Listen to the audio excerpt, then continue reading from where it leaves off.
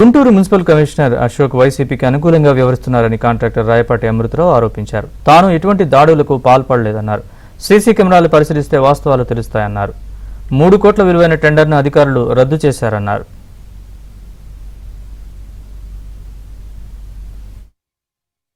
మొత్తం CCTV footage పర్యవేక్షణలో ఉంది. మీరు ఇవాళ ఏదన్నా సీసీటీవీ ద్వారా కేసు పెడితే నేను ఆనందిస్తా.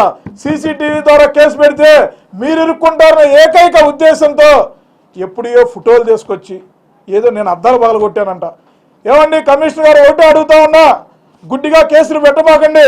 నేనేం కర్రలతో రాళ్ళతో రాలా, నా చేతులు మొత్తం ఎక్కడైనా చూసుకోండి.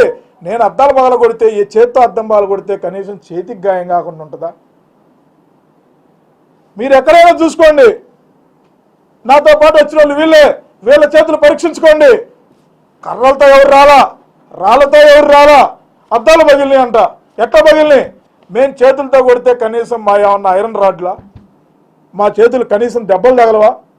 అంటే తప్పుడు కేసులు పెట్టి మీ ఇష్టం వచ్చింది మీరు చేయొచ్చు అనుకుంటా ఉన్నారు. వైసీపీకి అంటగారుతూ ఉన్నారు. ఎందుకండి మీకు తెలుగుదేశం పార్టీ అన్నా, తెలుగుదేశం పార్టీ సానుభూతి వల్లన్నా మీకు ఇంత కోపం?